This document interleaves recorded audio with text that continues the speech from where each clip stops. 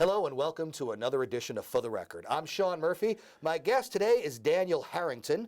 You may recognize the name. We'll get to that in a second. He's the president of Chartwell Wealth Management in Rumford. He's also a monthly contributor in the Providence Journal. You catch your article there. First of all, welcome to the show. It's your first time on the show. It is. Thank you, Sean. It's great being here. Your brother has been on the show recently. He handles the mortgages, and you're more of the wealth management and talk about the markets and that kind of thing, too. Correct. Dean, Retirement right? planning side, Right. yes. It's a family. There's the prodigies in this family, and it's all about finance. What happened? How did that happen? Did they do your DNA that way, or what was going on? Well, Dean and I always followed each other closely. We're 54 weeks apart, and that makes us Irish twins. Yeah. He went into the mortgage business when I long ago got my start in car business and financing, and then I got to the brokerage side long ago, and it was a perfect complement to the different needs of the people we both faced. Speaking of the needs of the people, you also put in some time in political life too, right?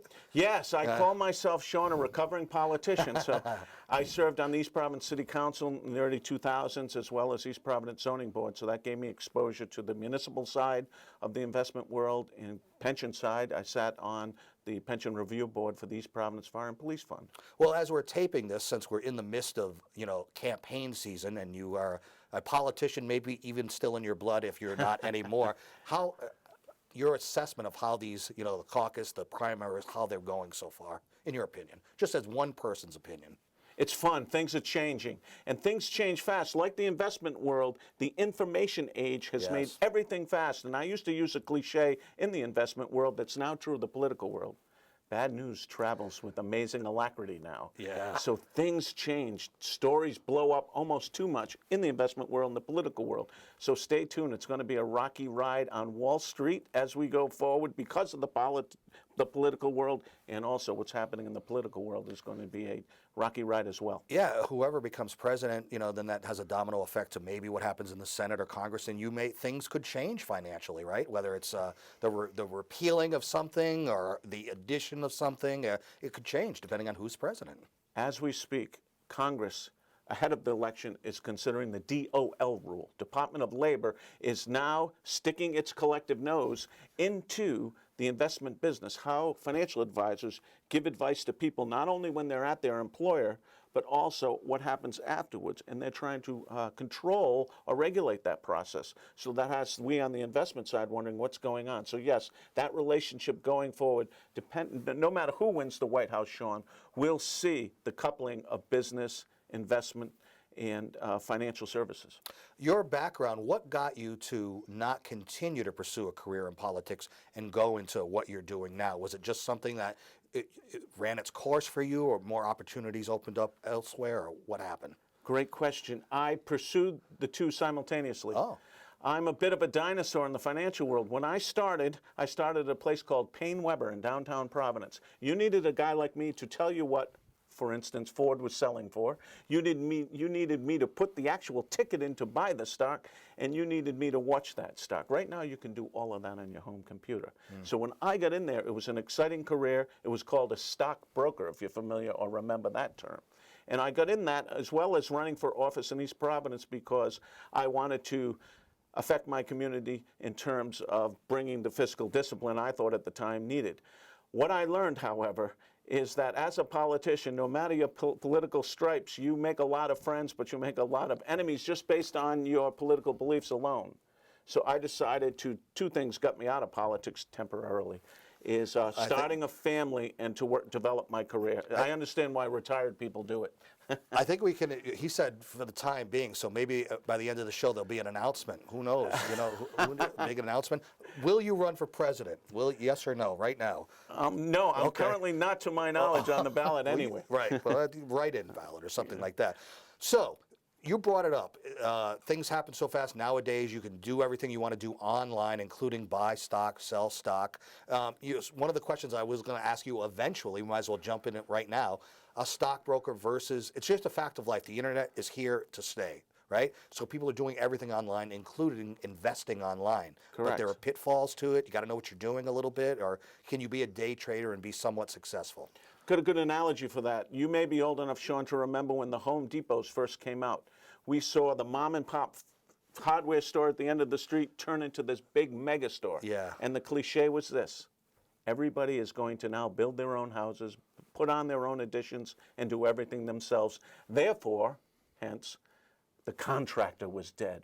Well, that never happened. Right. Similarly, in our industry, with the internet age, these online brokerages, low-cost financial transaction, the cliche was then the stockbroker or the financial advisor is dead. But something else happened. Too much information. It is confusing the investor, and we are now more, not any more stock pickers, but people who discipline the investor and keep them, he or she, to a process. Something you can't really do yourself. That's why you have a trainer at the gym, right, or you have a contractor to build your house. You are not doing it yourself. Right. No matter how many things you put in the Home Depot, there's certain things I can't do or don't want to do. Contractor's always going to be there. Stockbroker's always going to be there, right? Correct. Financial advisors are needed because there are still only going to be 24 hours in a day. No technology is going to change that. And you have things to do. Your family, your own job, your career, your fun.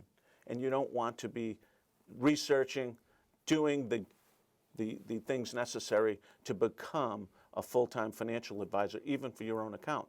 That said, some of my clients will actually keep a portion of their rollover, for example, their retirement planning, a small percentage, in their own trading account, and actually management quite aggressively and fulfill that need in them to apply their own skills and knowledge. That's the reason play why. That game.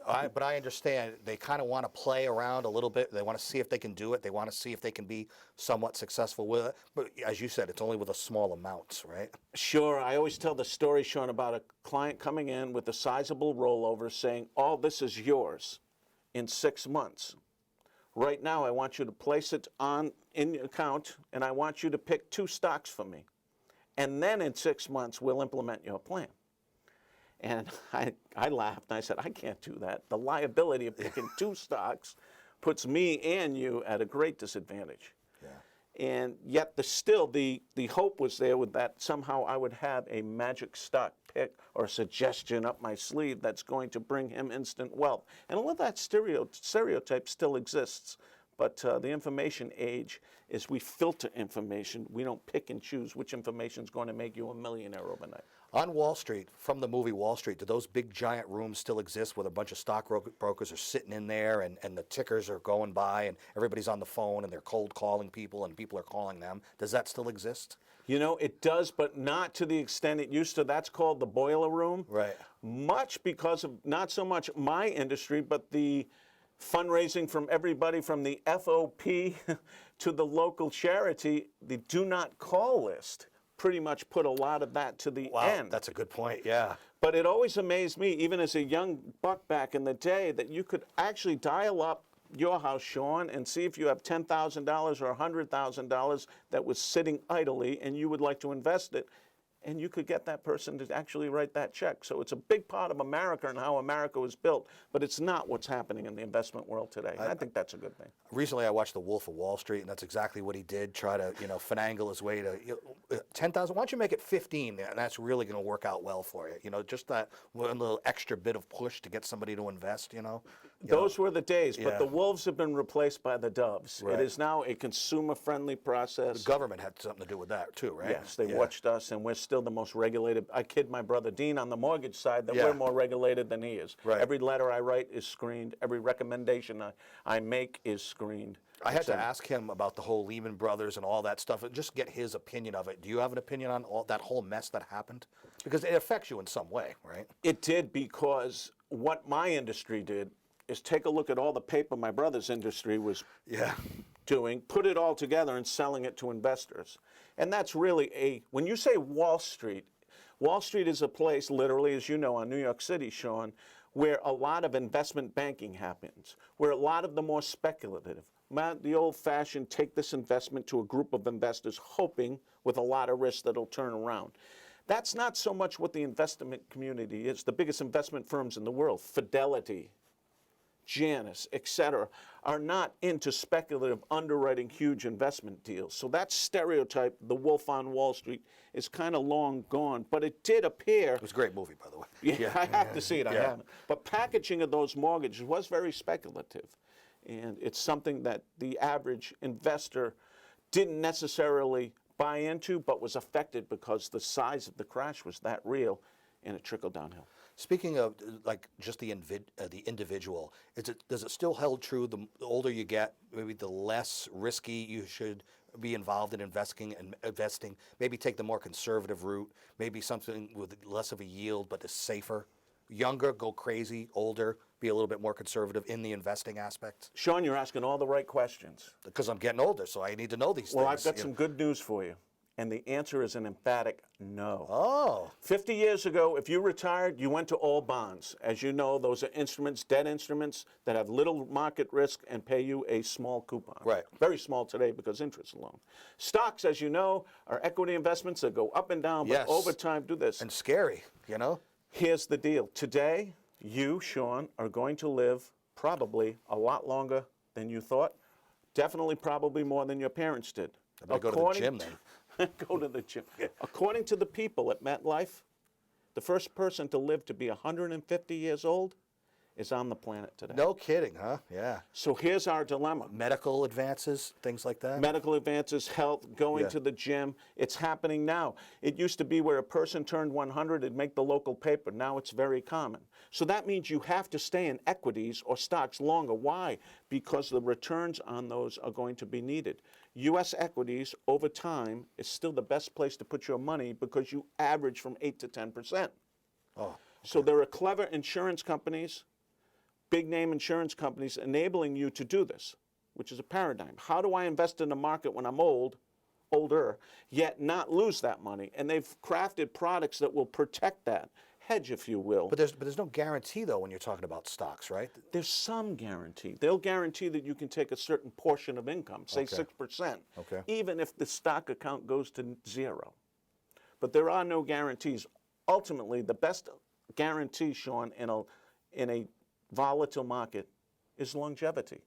Any 10-year period, take your year of birth, add 10 to it. If you put $1 in the market, at your date of birth, by 10 years later, you would have made money. In other words, the market is a terrible place, 2 months at a time, even 2 or 3 years at a time. But over 10 years, you tend to even out. So the thing is, long term, don't get scared by markets that drop and sellers. Don't do that. Stay in for the long term, is what you're saying. Yes, and get excited. Yeah. Long term, diversify. Don't put all your eggs in one basket. But remember, oddly, we're the only industry that has a 50% off sale, and nobody comes. The opposite, when the prices are going through the roof, everybody wants to buy stock. So the best way to do that is in your 401k or 403b. When the market's down, like it has been this past year, the saying is, hallelujah, down market. I can now crank up my investing systematically, unemotional in my 401k, and in the long run, that's going to help you out. You think most people or a lot of people don't pay enough attention to their 401k? They know that X amount of dollars is taken out, and you kind of really just trust someone to just take care of it, or it just accumulates on its own, and you kind of forget about it until you get close to the time where you want to retire, right? I am going to ask the interviewer a question, if I may. You may. Sean, at what age do you think most people get it with regards to their 401k, start feeding it earnestly, and stop worrying about retirement? 20s, 30s, 40s, or 50s? For the older, I would say, right? Very good. Yes. In your 20s, you think you're going to be the next millionaire. Right. In your 30s, you start day trading. In your 40s, you're going to start getting it out of your house. Yeah. In 50s, you say, I better start doing something. And it's not too late in your 50s to start doing something. Great point. Because the power of compounding, the power of dollar cost average, which is a fancy way of saying you're buying it every week or every pay period, not worrying about what it costs, and it's professionally managed, it's going to grow. And if your employer matches it, it's going to supercharge it. It's going to grow even faster. So yes, it's not too late. And you can work longer. There are people in their late 70s we're living longer, still putting in their 401ks. The IRS took that rule away, that if you're still working, you still can contribute to it. I got a lot more questions to ask you about the market, and we're going to learn more about Chartwell Wealth Management. But we'll take a short break and come back now. I'm going to have you give out the website. I know right now it's under construction. There's going to be a major rehaul on it. You can give it out, and also give out your number if somebody wants to get a hold of you sometime soon, okay? So what's your website? Chartwellwealthmanagement.org. Okay, we'll put a graphic up to make it easier for people to go, and the phone number. 877-207-6545, toll free, or just you can Google Daniel Harrington Pro Joe, and you can see my articles, some that do deal with the financial, some with history, and you can find me that way. So I'm accessible. All right. Daniel Harrington, he is the, well, let's say that we'll get to the Providence Journal stuff too because he's a monthly contributor to that, but he is the president of Chartwell Wealth Management in Rumford. So we'll take a short break and come right back. I'm Sean Murphy. This is For the Record. Stay right there.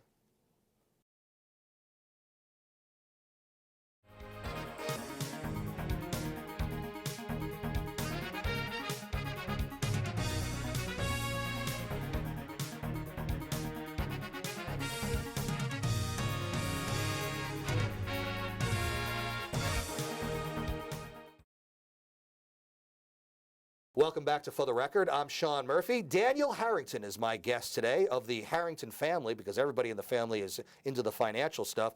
Daniel is president of the Chartwell Wealth Management in Rumford. He's a monthly contributor to the Providence Journal. Let's talk about the newspaper thing for a second. How did you get involved in being a contributor? Did they want a financial person to chat? Actually, it came more eclectically. I was writing letters to the editor, usually about city politics, so I became an occasional contributor there. Then I wrote an essay, oddly enough, on the landfill in Johnson, saying we should burn our trash rather than bury it, and they published it, and I kept submitting other ones on history. Right. Now, it all goes back to Chartwell, because you see, Chartwell, Sean, is named after my hero, Winston Churchill.